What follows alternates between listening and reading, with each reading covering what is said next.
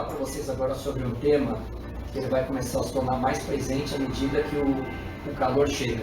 O frio termina, aquela época das bronquites, das bronquiolites, das pneumonias diminui e começa a aparecer muito os quadros gastrointestinais, as populares diarreias, né? O que eu queria contar para vocês é que talvez mais de 70% das diarreias são causadas por vírus. Então aquela história que o pediatra fala, seu filho está com uma virose, na verdade isso faz sentido. Existem alguns vírus mais específicos para diarreia. Dentre esses vírus que costumam causar diarreia, gostaria de dar destaque para um deles que muitos de vocês certamente conhecem, que é o rotavírus.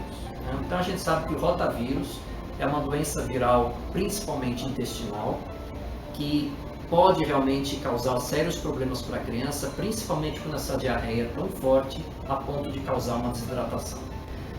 Só que o governo percebeu isso, que a incidência de rotavírus de fato era grande e era preocupante. Com isso, a questão de alguns anos, ele instituiu como parte do calendário básico de vacinação a vacina contra o rotavírus. Nós percebemos o seguinte: depois que a vacina contra o rotavírus foi instituída como parte do calendário básico de vacinação, a incidência de diarreia por rotavírus caiu bastante. O problema foi o seguinte: o rotavírus não era e não é o único vírus que causa diarreia. Existem outros vírus, como por exemplo o norovírus, o astrovírus, inclusive outros vírus que causam doenças respiratórias, como por exemplo o adenovírus, que causa o resfriado comum, que podem também causar diarreia. Então a incidência de diarreia por rotavírus diminuiu bastante com a vacina.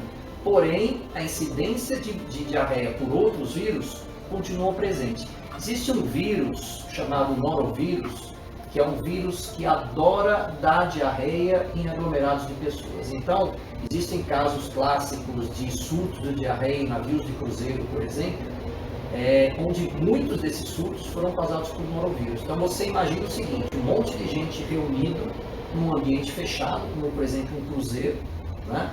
Uma ou duas pessoas adquirem uma diarreia por vírus, que na maioria das vezes essa diarreia é causada pela contaminação de água ou de alimentos por esses vírus, né? Então você imagina uma ou duas pessoas que se contaminem por esse vírus são capazes de transmitir diarreia para toda a população que esteja ao seu redor.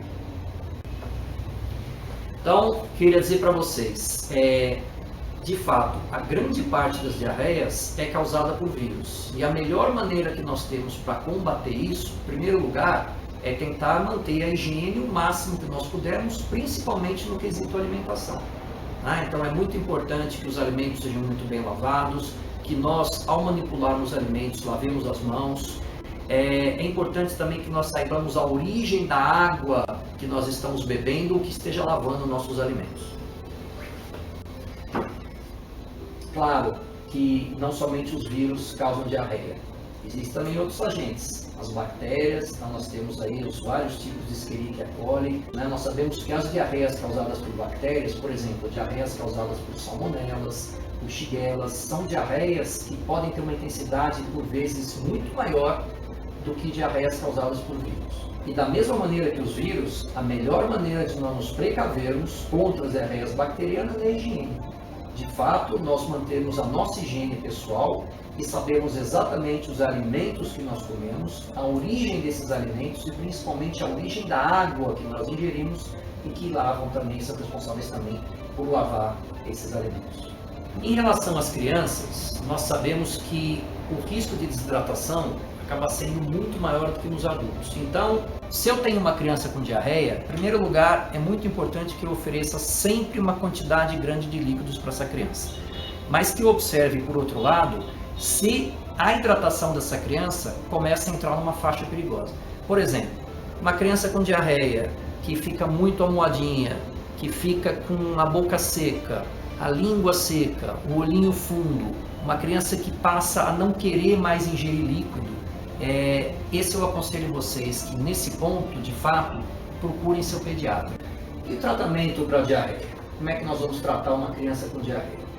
Em primeiro lugar, as diarreias por vírus, exatamente por serem causadas por vírus, são diarreias que costumam ser autolimitadas. O que quer dizer? Enquanto o vírus estiver sendo eliminado, a criança poderá continuar com sintomas da diarreia. À medida que o organismo mesmo vai debelando o vírus, os sintomas da diarreia melhoram. Da mesma maneira, as diarreias causadas por bactérias, a maioria delas também não precisa ser tratada com medicamentos específicos. Então, quer dizer, o fato de eu ter uma diarreia, mesmo comprovadamente causada por bactérias, não quer dizer que essa criança ou esse indivíduo vá precisar receber antibióticos. O próprio organismo acaba se encarregando de eliminar o vírus e, consequentemente, de melhorar o quadro de diarreia dessa criança ou mesmo desse adulto. Um ponto importante que eu queria colocar para vocês é o seguinte: um dos fatores que nos defendem de maneira muito importante contra as diarreias é a presença de uma flora intestinal saudável, de uma microbiota saudável. O que é isso? Nós sabemos que no intestino existe uma grande quantidade de bactérias, sendo parte dessas bactérias benéficas, como por exemplo lactobacilos, as bifidobactérias, mas por outro lado também existem bactérias que podem causar doenças, que podem causar diarreia, como por exemplo Escherichia coli, Staphylococcus, Clostridium, enfim, uma série de bactérias. Então, o fato de eu conseguir manter sempre um equilíbrio nessa flora intestinal, quer dizer, bactérias benéficas, conseguindo equilibrar a ação maléfica daquelas bactérias patogênicas, isso vai fazer com que eu fique protegido de eventuais diarreias.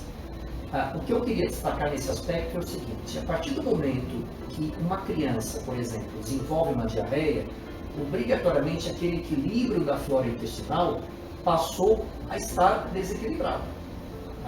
Então, uma das medidas, não só preventivas para a diarreia, como também para auxiliar a melhora mais rápida da diarreia, é que nós possamos restabelecer o equilíbrio da flora intestinal na criança.